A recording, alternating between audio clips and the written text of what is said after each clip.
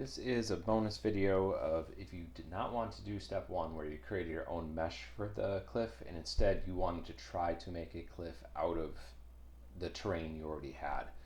I haven't done this actually on course, so this is in theory I would think would work just the same, but I'll give you the steps I would think to do and then you can explore it.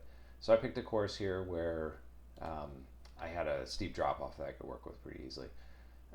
So I'd have to figure out what part of it I wanted to sculpt.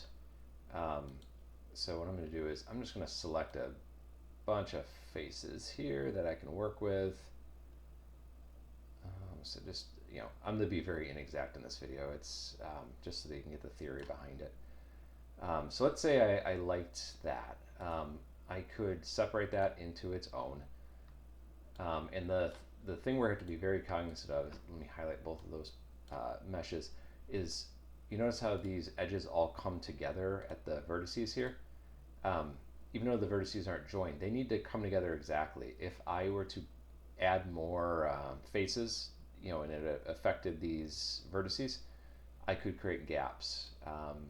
So that's what I got to avoid. So in theory, what I want to do is I want to create a little edge at the top. I'm using the knife tool here. I'm just going to create an edge that I can work with, and then I'm going to highlight and I'm going to hide that edge, and I'm going to hide the side edge as well, just because that technically touches something else, another mesh. So let's do that. I'm going to hit H to hide it.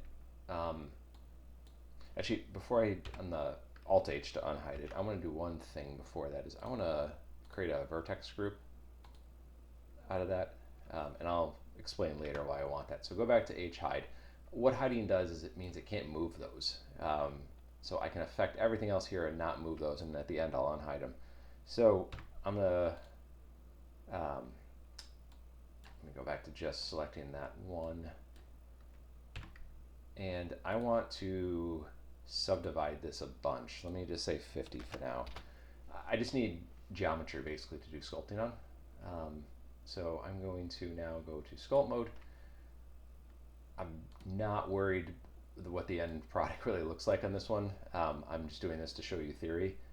So let's just do a couple random things, and you'd have to figure out how to make this look pretty for your own course using brushes and other kind of, if you blend the brushes together, I'm sure you can come up with something. But I'm gonna do just something that, quick and dirty, doesn't look great, but it just shows you the theory of how this comes together. So let's say you formed that and you said, hey, that's what I was trying to get after.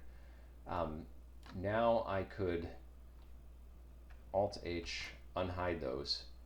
Let me select that group originally, and oops, looks like that didn't help me because it grabbed those. Okay, so I'm gonna ignore that. I'm going to, let's see, manually try to grab all of these original. I'm going to show you in a second what I'm doing. And then I want to invert those. I don't want those. So I got all of the ones that I made more complex for the sculpting there. I'll actually just assign that to that group. The reason I'm doing it like that is because if I got to decimate this thing again, so it's not too many tries.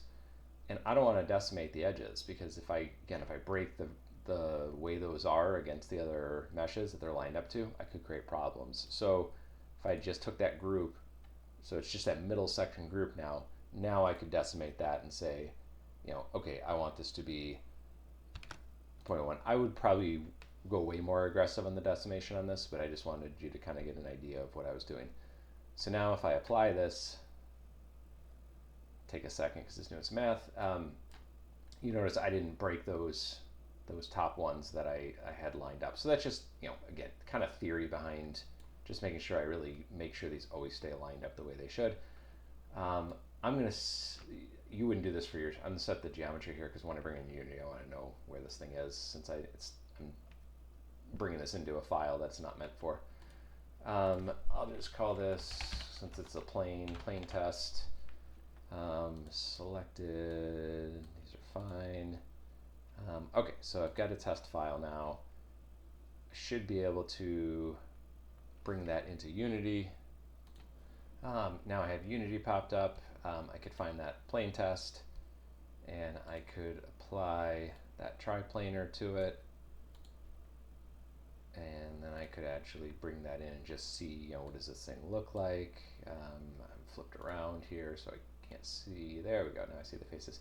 So you can see here, it applied it the same way as it did if this was a full 3D asset that I had made the Canyon for. Didn't have to UV unwrap it. So you'd have to decide, could you come up with something where it looked the way you wanted to without having the rocks the way I formed them together? Could you do it off of just a flat mesh file like that?